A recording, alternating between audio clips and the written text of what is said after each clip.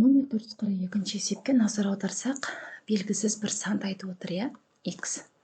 Осыны 12-ден 5-ке арттырғанда жауабы 36-дан 17 шықты дейді.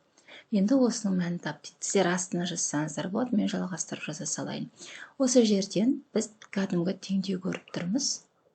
Демек, мен теңдеуді жай ғана орындай саламын.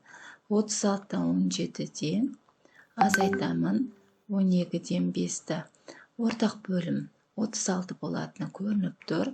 Сонда 36, 17, 36-дан 17 азайту 36-дан 15. Сонда x тең болады 36-дан 2. Бұны қысқартып жіберуге де болады. 2-ге қысқартуға болады, е? Яғни 2-ге бөлуге болады. Сонда 36-дан 2 немесе 18-ден 1 деген сан екен. Келесі, номер 443.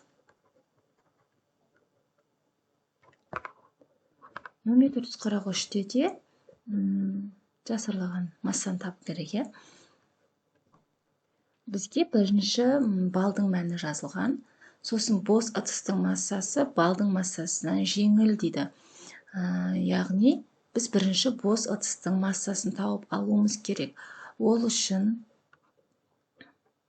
16-дан 7-тен азайтамыз 20-дан 3-ті. Ортақ бөлім 80-ге келеді. Өткен 16 5-ке көбейтіледі ғой. 80 болады. Сонда 5, мұнда 4-тен беремін. Сонда 80, 35 азайту 12. 80-нен 23. Бұл бізде балдың, бос ыдыстың массасы. Енді бал салынған ыдыстың массасын тап дейді. Балдың массасынан. Так, бізге бос ыдыс деп тұрған жоқ, бал салынған ыдыс дейді. Яғни бізде енді балдың массасы белгілі. Балдың массасы белгілі. 80-нен 23 бұл бос ыдыстың және өзі есепте берілген балдың массасы белгілі. Екеуін қоссақ бізде жалпы салмағы шығады ғой. Соны сұрап тұрған сияқты, яғни кеттік. Сонда 80, 23 қосу 35 болады, я? Тең 80-нен 58 болды. Енді 2-ге қысқарылады, я? Екеуі де жұпсан болғандықтан 2-ге қысқарылып отыр. Сонда 29, мынау 40 болады. 40-тан 29 бұл бізде жалпы салмақ екен. Кеттік келесі. Номер 444-ті көрейік. 444.